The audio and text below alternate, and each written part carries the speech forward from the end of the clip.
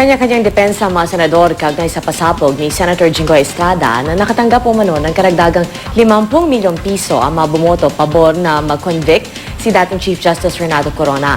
Si Senator Miriam Defensor Santiago na bumotong not guilty si Corona, tila sinermonan si Estrada na huwag magmalinis. Balita hatid ni Claire Delfin.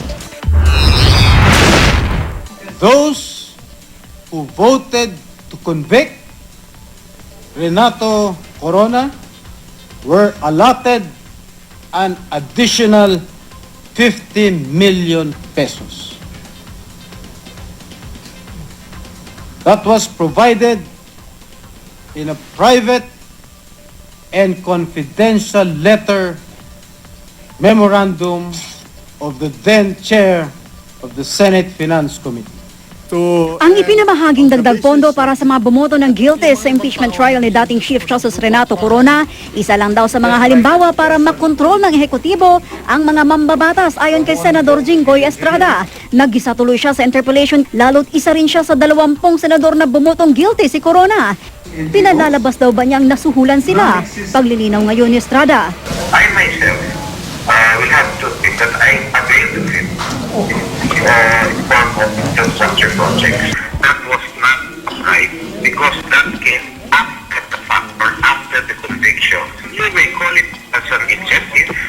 Napadepensa rin tuloy ang ibang senador na bumoto para mapatalsik si Corona. We checked our records, it was December. Very much later on, 50. Towards the end of the year or after the budget hearing, minsan nagsasabi may extra 50, may extra 100. Sa knowledge ko, it's for everybody. Paglinaw ng Malacanang, walang ni-release na PDAF noong mismong impeachment at nang muling mag-issue ng PDAF. Yung PDAF releases po ay both for senators who voted to convict Corona and to acquit Corona. Sabi naman ng Budget Department, There's no truth to the allegation. As a policy, we don't bribe anyone, whether you're speaking of a public official or private people, because it's not certainly along the lines of the President's commitment. pati si Senador Miriam Defensor Santiago na bumoto noon ng not guilty si Corona, tila sinermonan si Estrada. Sinasabi niya na tumangkap daw siya ng 50 million.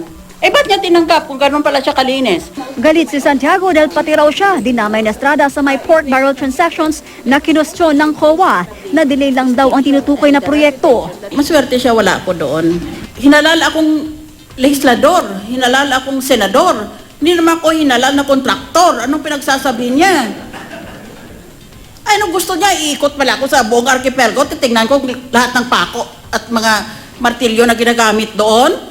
Nabanggit din sa dating Senador Francis Pangilinan, kaya sabi sa Twitter ng misis niyang si Sharon Cuneta, pinaghirapan nila at hindi ninakaw sa kaba ng bayan lahat ng yaman nila ngayon. Si Senador Cynthia Villar naman ang nagtanggol sa pagbanggit ni Estrada sa asawang si dating Senador Manny Villar. Ano ba pakaalam ni Senator Villar doon kung hindi sumunod yung tresorero or yung mga nag-disperse doon sa mga gusto ng audit? Hindi naman trabaho ng senador ang mag-implement. It's the work of the government agency. Umalma rin ang Presidential Legislative Liaison Office o PLLO sa akusasyong nag-alok ito sa mga mambabatas ng SARO o pork barrel release para naman maisabatas ang sin tax at reproductive health. I think it's sour graping. It's so unfair. The President never did that. Sagot naman ni Interior Secretary Mar Rojas sa pahayag ni Estrada na tanging 5 million pesos lang ang na-audit sa kanyang pork barrel. Baka hindi siya makapaniwala. Kaming mga tunay na oposisyon, yan din lang ang nirelease ni GMA sa amin. Claire Delfin, GMA News.